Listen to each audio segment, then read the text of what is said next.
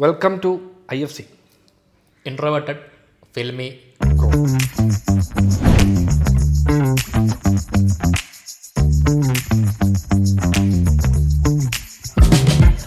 അപ്പോൾ ഇന്ന് നമ്മൾ മണിച്ചിത്താഴിൻ്റെ ഒരു ഡീറ്റെയിൽ ഡിസ്കഷൻ അതാണ് ഇന്ന് നമ്മൾ ഉദ്ദേശിക്കുന്നത്. ക്ലാസിക് മന്ത് അല്ലേ ഇത്? അതെ, ക്ലാസിക് റീ റിലീസിൻ്റെ ഒരു ടൈമാണ്. ദേവദൂതൻ്റെ ഒരു വീഡിയോ നമ്മൾ അപ്ലോഡ് ചെയ്തിട്ടുണ്ട്, അത് നിങ്ങൾക്ക് വേണമെങ്കിൽ ഇവിടെ ചെക്ക് ചെയ്യാം. ഇത് ആക്ച്വലി വരും, അവിടെ വരും. ഇത് ഞങ്ങൾ ഇന്നലെ മണിച്ചിത്താഴ് 4K remastered Atmos re release കണ്ടു. അതിനെപ്പറ്റി കുറച്ച് കാര്യങ്ങൾ പറയണമെന്ന് തോന്നി. പറയൂ. 31 വർഷങ്ങൾക്ക് ശേഷം ഞങ്ങൾ പറയുന്നത് കേൾക്കാൻ ഇരിക്കുന്നതിന് വലിയ ആളുകൾ വെയിറ്റ് ചെയ്യുക. അതെ അതെ അതെ. ഇത് സിനിമയെപ്പറ്റി, സിനിമയുടെ റിവ്യൂ എന്നല്ല, ഇത് ബേസിക്കലി നമുക്ക് റീ റിലീസിനെ പറ്റി ഒന്നുമില്ല. അത് തന്നെ, സിനിമയെപ്പറ്റി നമുക്ക് പ്രത്യേകിച്ച് ആളുകൾ പറഞ്ഞോണ്ടിരിക്കുകയാണ്. പിന്നെ നമുക്ക് പ്രത്യേകിച്ചൊന്നും പറയാനില്ല. അത് ഇനിയും 31 വർഷത്തിന് ശേഷം ആൾക്കാർ സംസാരിക്കും. ഡെയിലി ആൾക്കാർ കണ്ടോണ്ടേ ഇരിക്കുക. അതെ അതെ, ഡെയിലി കാണുന്നുണ്ട്. എന്തിന് ഈ സിനിമ റിലീസ് ഇന്നലെ തിയേറ്ററിൽ പോയി കാണുന്നതിനും തലേദിവസം ഞാനിത് TV പിന്നെ കണ്ടിരുന്നു. ഇപ്പോൾ അപ്പോൾ നമ്മളിനി പറയാൻ പോകുന്നത് ഈ റീ റിലീസിൽ എന്തൊക്കെ മാറ്റങ്ങൾ വന്നു, എങ്ങനെയാണ് അതിൻ്റെ പ്രോസസ്സ് വരുന്നത്, റീ റിലീസുകളെ. എനിക്ക് തിയേറ്ററിൽ ഈ പടം കണ്ടാൽ മതി, നമുക്കൊരു തവണ തിയേറ്ററിൽ നിന്ന് കണ്ടാൽ മതി, അതായിരുന്നു നമ്മുടെ ആഗ്രഹം. അത് ഞങ്ങൾ തിയേറ്ററിൽ പോയിരുന്നു, നല്ല ആസ്വദിച്ച് കണ്ടു. എൻ്റെ സൗണ്ട് ഡിപ്പാർട്ട്മെൻറ്റ് വളരെ അടിപൊളിയായിട്ട് ഫീൽ ചെയ്തു. അതായത് പുതിയ അറ്റ്മോസ് മിക്സ്, ഈ പറഞ്ഞ പോലെ സൗണ്ട് ഡിസൈന്, എക്സ്ട്രാ സൗണ്ട് എഫക്ട്സ് ആഡ് ചെയ്തത് എല്ലാം ഭയങ്കര രസമുണ്ട്. ഈ സൗണ്ട് ഞാനൊരു സംഭവം കേട്ടത് ഒറിജിനൽ മോണോ ആണ് ഇവർക്ക് അവൈലബിൾ. അതെ അതെ, അത് അന്നത്തെ മിക്ക പടങ്ങളും, ഈ പഴയ പടങ്ങളെല്ലാം ഈ മോണോ ഫുൾ അവർ റീവർക്ക് ചെയ്തു. അപ്പം എനിക്ക് പേഴ്സണലി സൗണ്ടിൻ്റെ ക്വാളിറ്റി ഒരുപാട് ഇമ്പ്രൂവ് ആയെങ്കിലും ചില സ്ഥലത്ത് BGM വർക്ക് അത്ര അത് എക്സ്ട്രാ ആഡ് ചെയ്തത് എനിക്ക് അത്ര ഒറിജിനൽ അത്രയും BGM ഇല്ല, ഇങ്ങനെ കുറച്ച് നേരം ഇങ്ങനെ സസ്റ്റെയിൻ ചെയ്യുന്നത്.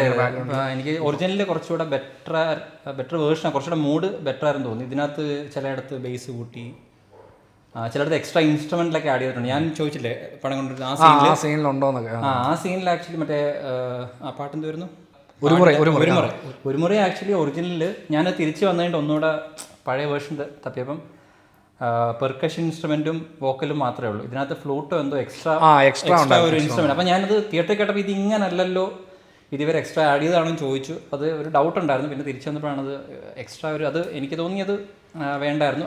അത് ഇഷ്ടപ്പെടുന്നവരുണ്ടായിരിക്കാം, പക്ഷെ അത് ഒറിജിനലിൻ്റെ ഒരു മൂഡ് കുറച്ച് പോയതുപോലെ തോന്നി. പിക്ചർ ക്വാളിറ്റി 4K, ഈ 4K റീമാസ്റ്ററിങ്ങിൻ്റെ അല്ലെങ്കിൽ അത് നമ്മളിപ്പോൾ ദേവദൂതൻ നമ്മളിപ്പോൾ കണ്ടിട്ട് ഇപ്പോൾ എനിക്ക് തോന്നുന്നു ഒരു 1-2 ആഴ്ചയായിട്ടുള്ളൂ. അപ്പോൾ ദേവദൂതൻ ആക്ച്വലി ഇത് ഈ മണിച്ചിത്താഴ് ഇറങ്ങി പിന്നെ ഒരു 7 വർഷം കഴിഞ്ഞിട്ട് റിലീസായ പടമാണ്. 2000 അതിന്റെ അവൈലബിൾ പ്രിന്റ് ബെറ്റർ ആയിരിക്കണം. ഇതിനെന്താ പറ്റിയെന്ന് അറിയില്ല, പക്ഷേ ഒരുപാട് വേരിയേഷൻസ് ആണ് ചില സീനിൽ. പക്ഷെ ഇതിനകത്ത് തന്നെ ചില ക്ലോസ് ആയാലും ഷോട്ടുകളെല്ലാം നല്ല പെർഫെക്റ്റ്. അതെ, ക്ലോസപ്പ് ഷോട്ടുകൾ ഭയങ്കര രസമാണ് കാണാൻ. ഈ വൈറ്റ് ഷോട്ടിലേക്ക് വരുമ്പോഴാണ് ഭയങ്കര ഫോക്കസ് ഔട്ട് പോലെ നമുക്ക് ഫീൽ ചെയ്യുന്നത്. ബേസിക്കലി ഫോക്കസ് ഔട്ട് അല്ല, അത് ആക്ച്വലി ഇവരതിനെ സ്മൂത്ത് ചെയ്യുന്ന അല്ലേ. അതറിയാം ഇവർ ഒറിജിനൽ നെഗറ്റീവ് എന്നാണോ ചെയ്തത് അതോ അതറിയില്ല എന്തിനാണ് ചെയ്തതെന്ന് ആർക്കെങ്കിലും അറിയാം. ഇവർ പറഞ്ഞത് മറ്റേ ഇത് കൊടുത്തതിന്റെ പ്രിന്റ് അല്ലേ? അതെ, ഇത് എവിടെയോ ഫെസ്റ്റിവലിന് പ്രിന്റ് എടുത്തിട്ടാണ് അവിടുന്ന് എന്തോ കിട്ടിയതാണ് അവർക്ക്.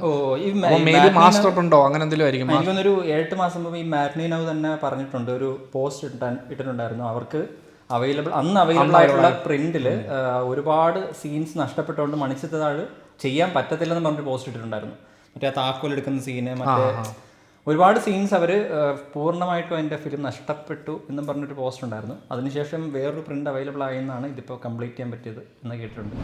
അപ്പോൾ ആ പ്രിന്റിൽ നിന്നായിരിക്കണം ഇപ്പോൾ ഇവർക്ക് ഇപ്പോഴുള്ള ഈ വേർഷൻ ഉണ്ടാക്കിയിരിക്കുന്നത്. അപ്പോൾ അതുകൊണ്ടാണ് ഈ വൈറ്റ് ഷോട്ടുകൾ കാണുമ്പോൾ നമുക്ക് കുറച്ച് അത്ര ക്ലിയർ ആയിട്ട് ഫീൽ ചെയ്യാത്ത, ക്ലിയർ എന്നല്ല, നമ്മളത് കാണുമ്പോൾ 4K ആണോ ഇതെന്ന് നമുക്ക് തോന്നും. അങ്ങനത്തെ ഒരു ഫീൽ. പടം കാണുന്ന ആർക്കതൊരു വിഷയം. ബേസിക്കലി സിനിമ എക്സ്പീരിയൻസ് ചെയ്യാൻ പോകുന്ന ഇതൊന്നും ഒരു പ്രശ്നമല്ല. പിന്നെ നമ്മൾ ഈ സിനിമ ഇത്രയും വലിയൊരു സ്ക്രീനിൽ കണ്ടിട്ടില്ല. പിന്നെ ഈ സിനിമയുടെ ആസ്പെക്ട് റേഷ്യോ 16:10 ആണ്.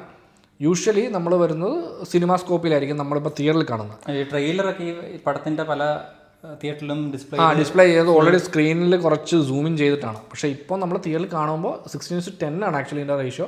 അതുകൊണ്ട് തന്നെ ഇപ്പം നമ്മൾ സിനിമ സ്ക്രീനുകളിൽ കുറച്ച് രണ്ട് എഡ്ജിലും കുറച്ച് കൂടുതലൊരു ബ്ലാക്ക് പോർഷൻസ് ഉണ്ടാവും. അപ്പോൾ അത് ഇന്നലെ നമ്മൾ കണ്ടുകൊണ്ടിരുന്നപ്പോൾ തന്നെ തിയേറ്ററിൽ ഉണ്ടായിരുന്ന കുറച്ച് പേര് ബാക്കിലേക്ക് കുറച്ച് ഇതെന്താ ഇങ്ങനെയാണോ സിനിമ മൊത്തം കാണാൻ പോകുന്നത് എന്നൊക്കെ ചെയ്യുന്നത്. കാരണം ആൾക്കാർ ഇപ്പോൾ തിയേറ്ററിൽ ചെയ്യുമ്പോൾ ഇങ്ങനെ കണ്ട് ശീലിച്ചതുകൊണ്ട് ഇങ്ങനെയാണ് പണ്ട് സിനിമ ചെയ്തത്.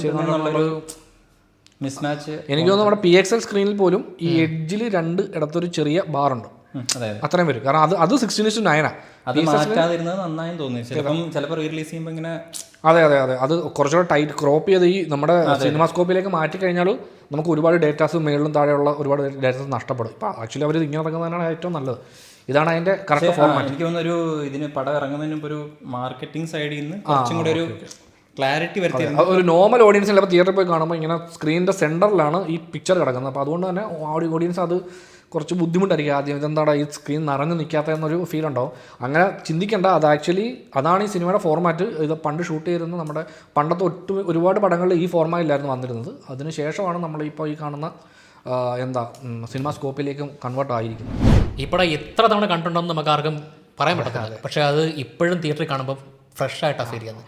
കാരണം നമുക്ക് ഒരു സ്ഥലത്ത് പോലും നമുക്ക് തിയേറ്ററിൽ എല്ലാ ഡയലോഗും ഇത് നമ്മൾ തന്നെ പറഞ്ഞില്ലേ, പല ഡയലോഗും നമ്മൾ തന്നെ ഈവൻ ശോഭനയുടെ ഡയലോഗ് വരെ അതേ ഇത് തന്നെ നമ്മൾ പറഞ്ഞുകൊണ്ടിരിക്കുന്നത്. ഈ പറയുന്ന പോലെ ഈ മാസ് സീനിനൊക്കെ കയ്യടി വരുന്ന പോലെ ആയിരുന്നു ശോഭന കട്ടിൽ പോകുന്ന സീൻ വരെ കയ്യടി. അതേപോലെ പഴയ ഈ പറഞ്ഞ പോലെ ഇപ്പോ ഇവിടെ ഇല്ലാത്ത ആർട്ടിസ്റ്റുകൾ, അതായത് ഇപ്പോൾ സിനിമ തുടങ്ങിയത് ഭയങ്കര നല്ലൊരു ഇതായിരുന്നു. അപ്പോഴും നമ്മളും റിയലൈസ് ചെയ്യുന്ന ഇത്രയും പേര് ഇതിന്റെ പിന്നിൽ ഉണ്ടായിരുന്നവർ ഇന്നില്ല എന്നുള്ളത്. ഇപ്പൊ ഒരുപാട് പേര് വലിയൊരു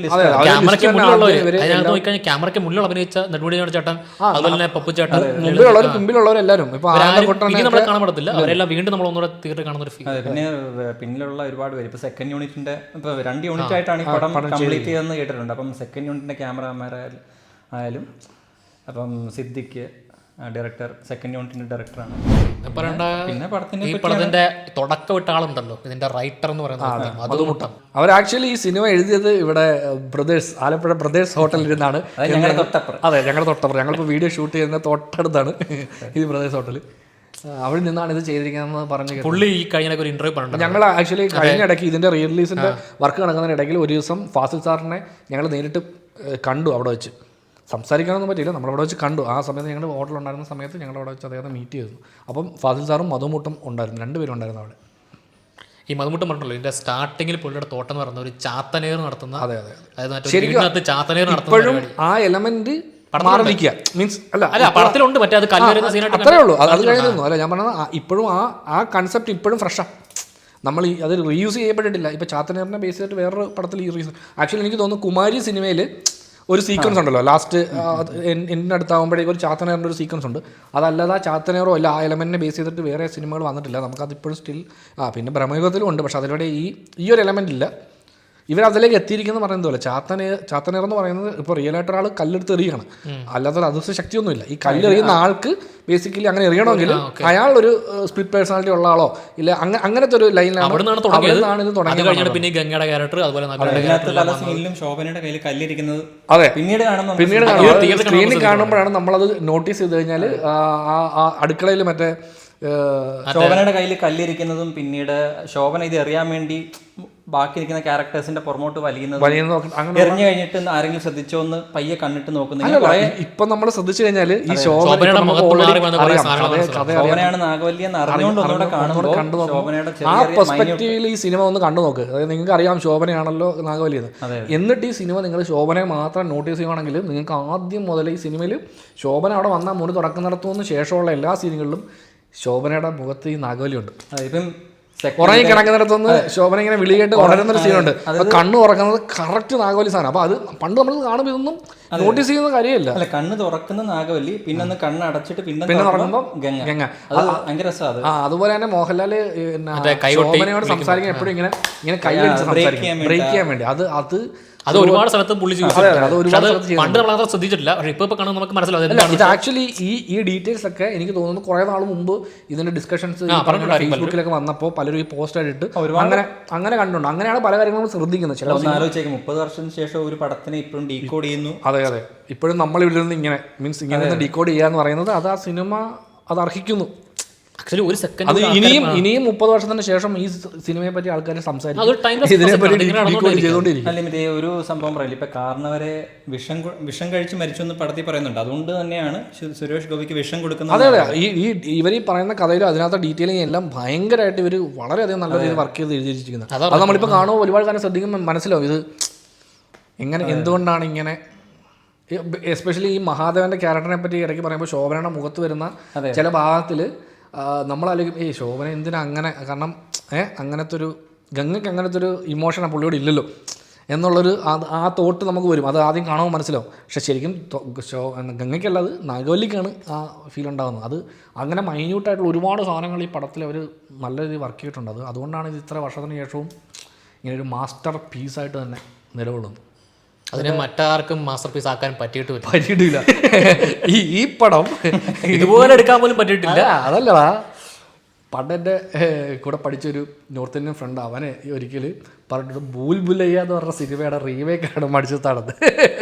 അത് കേട്ടപ്പം ഞങ്ങളെല്ലാവരും അന്നുണ്ടായിരുന്ന എല്ലാവരും ഞങ്ങൾ ഇവനെ ഇങ്ങനെ നോക്കുക, എടാ ഇപ്പം നമ്മളെന്ത് ചെയ്യുന്നത് ഇനി. അതായത്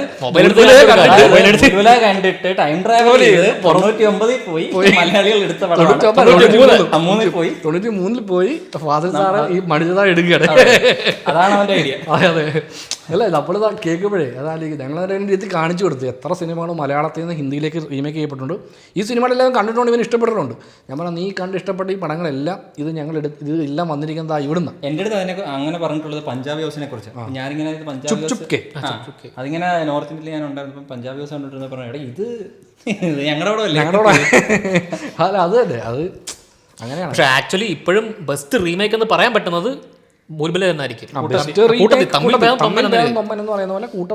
കാരണം അത് പ്രിയദർശൻ വർക്ക് ഈ പടത്തിൽ കുറച്ച് കോമഡീസ് കൂടുതലാണ്. മറ്റേ ഇതുപോലെ ഇങ്ങനെ മൈന്യൂട്ട് ആയിട്ടല്ല, കുറച്ചുകൂടെ അക്ഷയ് കുമാറിന്റെ കയ്യിൽ നിന്ന് കുറെ സാധനമൊക്കെ വന്നിട്ടുണ്ട്. അതെ, ആ കോമഡി കൂടുമ്പോൾ എന്താ പറയുന്നത് സിനിമയുടെ ടോണിൽ നിന്ന് കുറച്ച് ഷിഫ്റ്റ് ആവും. ഇതിങ്ങനെ ഇടയ്ക്കിടയ്ക്ക് കുറെ സമയം കഴിഞ്ഞ ടോണിലേക്കൊക്കെ വരുന്നത്. പക്ഷെ ബെറ്റർ വേർഷൻ ഇപ്പോൾ തന്നെയാണ് റീമേക്ക് വേർഷൻ.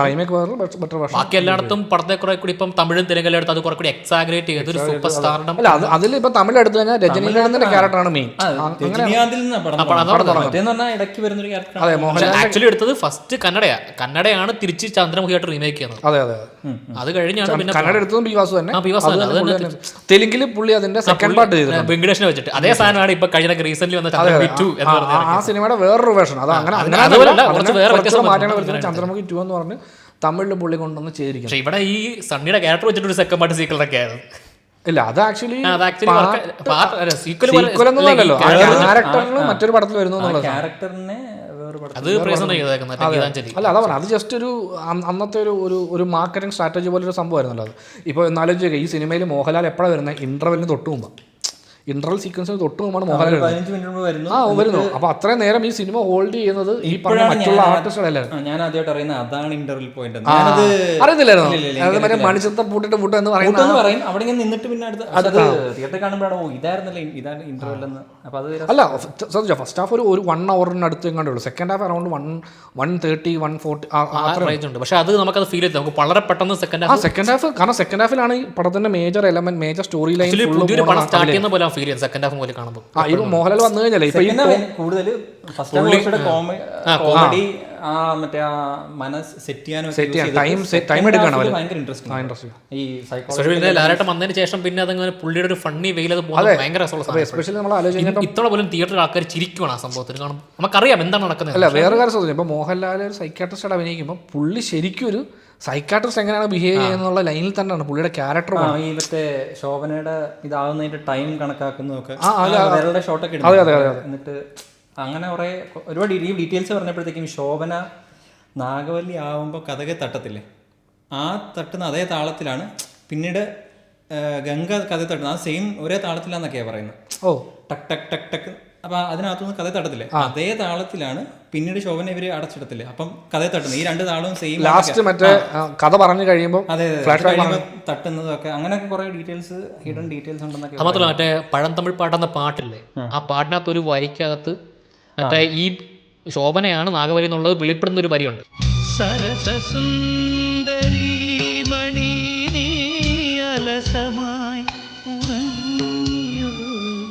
ആ വരിക്കകത്ത് എക്സാക്ട് കറക്റ്റ് മോഹൻലാൽ ആ സമയത്ത് മറ്റേ ശോഭന കട്ട് ചെയ്ത് ശോഭന കാണിക്കുന്ന ഒരു ഇന്നലെ തിയേറ്ററിൽ കണ്ടപ്പോൾ പെട്ടെന്ന് നമ്മൾ ഒരു ചെറിയ കണ്ടിട്ടിങ്ങനെ നോക്കുന്ന ഒരു ഷോട്ട് ഉണ്ട്. ആ വരിക്കകത്ത് ആ വരി റിപ്പീറ്റ് ആവുന്നുണ്ട്. ആദ്യം പറയുന്നത് വരി എന്താ റിപ്പീറ്റ് ആവുമ്പോഴത്തേക്ക് നാഗവല്ലി കാണിക്കും. സരസസുന്ദരി മണി അലസമായി അത് 2 ഭാഗമാണെന്ന് കാണിക്കാൻ വേണ്ടിയിട്ട് ആദ്യം ശോഭന കാണിക്കുന്നു, പിന്നെ അങ്ങനൊരു ഇത്. ആക്ച്വലി അത് ഇന്നലെ തിയേറ്ററിൽ കണ്ടപ്പോഴും നേരത്തെ കേട്ടിട്ടുണ്ട്. ഈ പാട്ടിൽ അങ്ങ് ഇരിക്കത്തുള്ളൂ, മിക്കവരെ ലയിച്ചിരിക്കത്തുള്ളൂ, ആരും പല സീനും ശ്രദ്ധിക്കുന്നില്ല.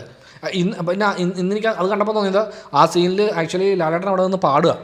ഇപ്പം ഇന്നാണ് ഈ സിനിമ ചെയ്യുന്നതെങ്കിൽ കുറച്ചുകൂടി ഇപ്പോൾ ഈ ടൈമിലാണെങ്കിൽ ആ പുള്ളി പാടുന്നതിന് പകരം അത് ബേസിക്കലി ഒരു ബാക്ക്ഗ്രൗണ്ടിൽ ആ സോങ് പ്ലേ ആവുമായിരിക്കും. ഇങ്ങനെ ഒരു ലിപ്പ് മൂവ്മെൻറ്റ് കൊടുക്കാൻ ചാൻസ് കുറവായിരിക്കും ഇല്ലേ? ഇപ്പോഴാണെങ്കിൽ അത് കുറവായിരിക്കും. ആ ടൈമിൽ പടങ്ങളെല്ലാം എല്ലാത്തിലും ഈ പറഞ്ഞ ലിപ്പ് കുറച്ച് കൂടുതലായിരിക്കുമല്ലോ, ലിപ്പ് മൂവ്മെൻറ്റ് ഉണ്ടാവുമല്ലോ പാട്ടിന്. ഇപ്പം ഇല്ലേ അത് നമുക്ക് കണ്ടോളാം.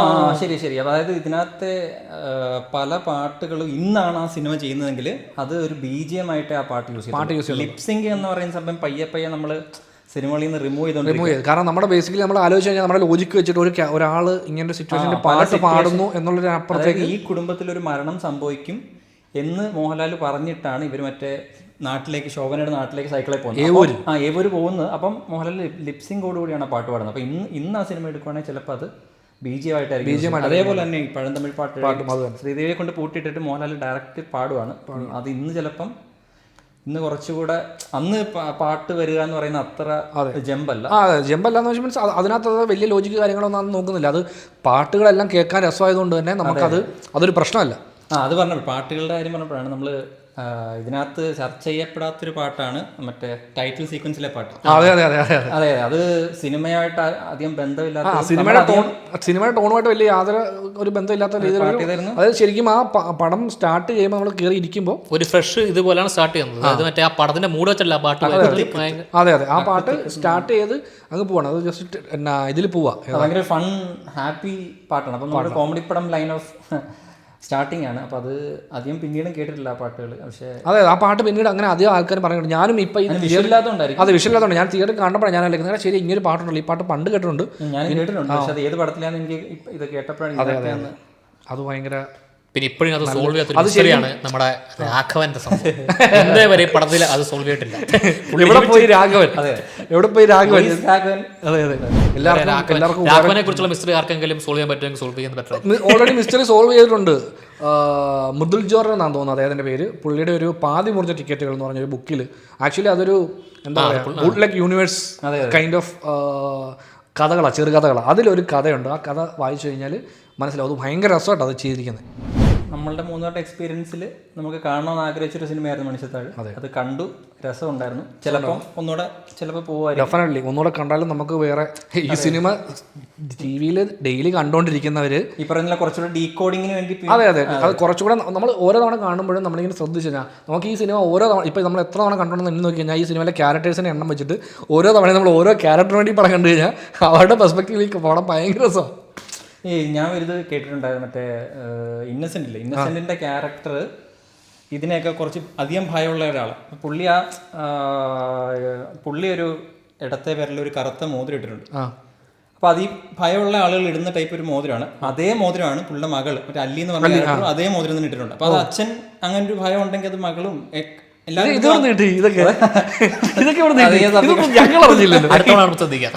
യൂട്യൂബ് ഇഷ്ടം പോലെ ആളുകൾ ഇതിനെ ഡീകോഡ് ചെയ്യുന്നുണ്ട്. അപ്പം ഞാൻ കുറച്ച് വീഡിയോ കണ്ടപ്പോൾ ഭയങ്കര രസകരമായ കുറെ, അത് എല്ലാവരുടെയും കയ്യിൽ ഓരോ തരം മോതിരങ്ങളുണ്ട്. അത് ഓരോരുത്തരുടെ ക്യാരക്ടറുമായിട്ട് ലിങ്ക് ചെയ്തിട്ടുണ്ട്.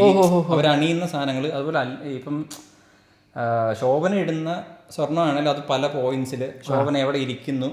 ലാസ്റ്റ് ഈ കഥകളി കാണുമ്പോൾ തന്നെ എല്ലാ കുടുംബത്തിലുള്ള എല്ലാവരും ഫ്രണ്ടിൽ ഇരിക്കുക. ആ ടൈമിൽ ശോഭന കൂടുതൽ നാഗവല്ലിയാണ്. അപ്പം നാഗവല്ലിയെ സംബന്ധിച്ച് ഇത് കുടുംബമല്ല. നാഗവല്ലി അതെ. അപ്പം അങ്ങനെ കുറേ സംഭവങ്ങൾ ഇതിൻ്റെ സ്റ്റേജിങ്ങിലൊക്കെ അന്നത്തെ കാലത്തെ സ്റ്റേജിങ് ഡയറക്ഷനിൽ യൂസ് ചെയ്തിട്ടുണ്ടെന്ന് കേട്ടിട്ടുണ്ട്. അപ്പം ഇനി ഒരുപാടുണ്ട്. എന്നാലും ഞാനിപ്പം ഒന്ന് ആലോചിച്ച് നോക്കി കഴിഞ്ഞാൽ ഇപ്പോൾ ഈ ഫാസിൽ എന്ന സംവിധായകന് ഇപ്പം മണിച്ചിത്താഴിന് മുമ്പോ മണിച്ചിത്താഴിന് ശേഷമോ ഇതിനേക്കാൾ മികച്ചൊരു സൃഷ്ടി ഉണ്ടാക്കാൻ സാധിച്ചിട്ടില്ല. അല്ല, അങ്ങനൊരു സൃഷ്ടി എവിടെ ഉണ്ടായിട്ടില്ല. മലയാള സിനിമയുടെ ഒരു ടൈമിലെ ഏറ്റവും മികച്ച ഡയറക്ടേഴ്സ് അല്ലെങ്കിൽ ഏറ്റവും വലിയ ഹിറ്റുകൾ ഉണ്ടാക്കി ഫാസിൽ സാറ്, സിബി മലയിൽ സാറ്, ഈ പറയുന്ന സിദ്ദിഖ് ലാൽ, പ്രിയദർശൻ, ഇവരൊക്കെ ഒരു പടത്തിന് വേണ്ടി വരുവാണ്. അപ്പം ഒരുപാട് പേര് വന്നാൽ ഒരു പടം കുളമാവാനാണ് ചാൻസ്. പക്ഷേ ഇവിടെ ഒരു ക്ലാസിക്കൽ ഇപ്പം നമ്മൾ ശ്രദ്ധിച്ചാൽ ഇത്രയും പേര് സെക്കൻഡ് ഡയറക്ടേഴ്സായിട്ട് വർക്ക് ചെയ്താൽ പോലും ഈ സിനിമ കാണുമ്പോൾ ഇതിൽ ഇന്ന പോർഷൻസ് ഇന്ന ആൾ ചെയ്തതെന്നുള്ള ഒരു സെപ്പറേഷൻ ഇല്ല. സിനിമ മൊത്തത്തിൽ ആ ഒരു എന്താ ബാലൻസ്ഡ് ഉണ്ട്. ഇവർ പറയുന്നത് ആക്ച്വലി ഇതിൻ്റെ കോമഡി പോർഷൻസ് ഒക്കെ ചെയ്തിരിക്കുന്നത് സിദ്ദിഖ് ലാലാണ്. ഇന്നസെന്റ് ആ തുടക്കമുള്ളതും ഇന്നസെന്റ് പോർഷൻസ് വേറെ ആളാണ് ചെയ്തത്. അതായത് ഈ കോമഡി ലൈൻ കാര്യങ്ങളൊക്കെ കൂടുതൽ ഹാൻഡിൽ ചെയ്തിരിക്കുന്നത് സിദ്ദിഖ് ലാലാണെന്ന് പറഞ്ഞു കേട്ടുണ്ട്. ഓ എനിക്കൊന്ന് ആ തുടക്കൻ്റെ ആകോ ആ ഇനിഷ്യൽ സീന് പിന്നെ മറ്റേ പൂച്ചയായിട്ട് ഓടിക്കത്തില്ല കൊട്ട, ആ സീക്വൻസ് അതൊക്കെ ആ സീനിൽ സാധനം ശ്രദ്ധിച്ചോ നിങ്ങൾ? ആ ഒരു ഫസ്റ്റ് വൈഡ് ഷോട്ടിൽ ഈ കൊട്ട ഇങ്ങനെ വലിക്കുന്നുണ്ട് ഒരു നൂല് വെച്ചിട്ട്. അത് ഈ സ്ക്രീനിൽ കണ്ടപ്പോൾ നമ്മൾ ശ്രദ്ധിക്കാം. അത് പക്ഷെ അടുത്തടുത്ത ഷോട്ടുകളിൽ അങ്ങനെ സാധനം ഇല്ല അതിനകത്ത്.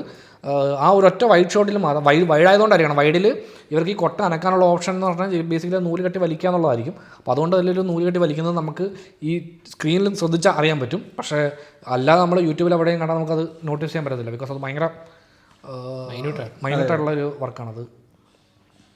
ഫിലിം മേക്കിംഗ് എന്ന് പറയുന്നത് അങ്ങനെയാണ്. ആക്ച്വലി അതൊരു ബുക്കായിട്ട് വേണം കണക്കാക്കാം ഈ പടം തന്നെ. ഇത് ശരിക്കും ഫിലിം മേക്കേഴ്സിനുള്ളൊരു ബുക്കാണ്. ഈ സാധനം എടുത്ത് കുറച്ച് ഇതിപ്പോൾ റൈറ്റിംഗ് ആണെങ്കിലും നിങ്ങൾ ഈ പറഞ്ഞ പോലെ അതുപോലെ എസ്പെഷ്യലി സിനിമോട്ടോഗ്രാഫിയിൽ മൂന്ന് പേര്. അത് ആരൊക്കെയായിരുന്നു? വേണു, പിന്നെ ആനന്ദക്കുട്ടൻ, പിന്നെ സണ്ണി ജോസഫ്. അതെ, എല്ലാവരും ഇന്ന് ആനന്ദക്കുട്ടൻ മാത്രം ഇന്നില്ലല്ലേ? ആനന്ദക്കുട്ടൻ ഇനി ഒരുപാട് റീമാസ്റ്ററുകൾ ഉണ്ടാവും എന്നാണ് അറിയുന്നത്. ഇപ്പോൾ ഓൾറെഡി ഡിസ്കഷൻ ഉള്ളതിൽ കോമഡി പടങ്ങൾ CID മൂസ ഉണ്ടെന്ന് കേട്ടു. വടക്കം വീരഗാഥ ഉണ്ടെന്ന് കേട്ടു. വെള്ളിയേട്ടൻ വടക്കം വീരഗാഥ. അതായത് ഈ മാറ്റ്നിനോ ഇതിന്റെ റീമാസ്റ്ററിങ് ചെയ്ത മാറ്റ്നിനോ എന്ന കമ്പനി ഒരുപാട് റീമാസ്റ്റേഴ്സ് ഓൾറെഡി ചെയ്ത് യൂട്യൂബിൽ ഫ്രീ ആയിട്ട് റിലീസ് ചെയ്തിട്ടുണ്ട്. ബട്ട് അതിൽ നിന്ന് വരുമാനം വലിയ രീതിയിൽ കിട്ടിയിട്ടില്ല. അപ്പം ഇപ്പൊ ദേവദൂതന് 5 കോടിക്ക് മേലെ കളക്ട് ചെയ്യുന്ന കേട്ടത്. അതാണ് ഇപ്പം ഉള്ള റീമാസ്റ്ററിംഗിൽ ഏറ്റവും സക്സസ്ഫുൾ റിലീസ് ചെയ്തത്. സ്പടികത്തിന് എനിക്ക് തോന്നുന്നു ഡെഫിനറ്റ്ലി മണിച്ചിത്താട് ഇപ്പൊ അതിനെ മേളിൽ വരാൻ ചാൻസ് ഉണ്ട്. അതായത് ഈ ഒരു റീമാസ്റ്ററിന് വേണ്ടി തന്നെ 1 കോടിയോളം മുടക്കുന്നത്. അതിന് ചെലവുണ്ട്, നല്ല ചെലവുണ്ട്. അതിന് 25 to 35 ലാക്ക് എന്നാണ് ഇപ്പൊ ക്യൂവിന്റെ ഒരു ഇന്റർവ്യൂല് ഞാൻ കണ്ടായിരുന്നു. 25 to 35 ലാക്ക് ബേസിക് എക്സ്പെൻസ് വരുന്നുണ്ട്. ഈ മണിച്ചിത്താണ് സ്പടികമാണ് കുറച്ച് അധികം റീ റെക്കോർഡിംഗ് കുറെ ഉണ്ടായിരുന്നു. ഫുൾ പടം ഏകദേശം അവർ റീ റെക്കോർഡ് ചെയ്തു. അപ്പോൾ അതിന് ഒരു 1 കോടി അടുപ്പിച്ചായി. അപ്പോൾ ഒരു 5 കോടി അടുപ്പിച്ച് കളക്ട് ചെയ്തു. അപ്പോൾ അതൊരു വലിയ ഇൻകം സോഴ്സ് ആയിട്ട് കണ്ടാൽ പഴയ ഒരുപാട് സിനിമകൾ തിരിച്ചു വരുമെന്നാണ് പറയുന്നത്. ഷൂട്ട് ചെയ്ത പല സിനിമകളും തിയേറ്ററിൽ കാണാൻ പറ്റാത്ത പടങ്ങൾ എല്ലാം ഈ പറഞ്ഞ പോലെ അതൊക്കെ വലിയേട്ടൻ വടക്കം ഇതൊന്നും നമ്മൾ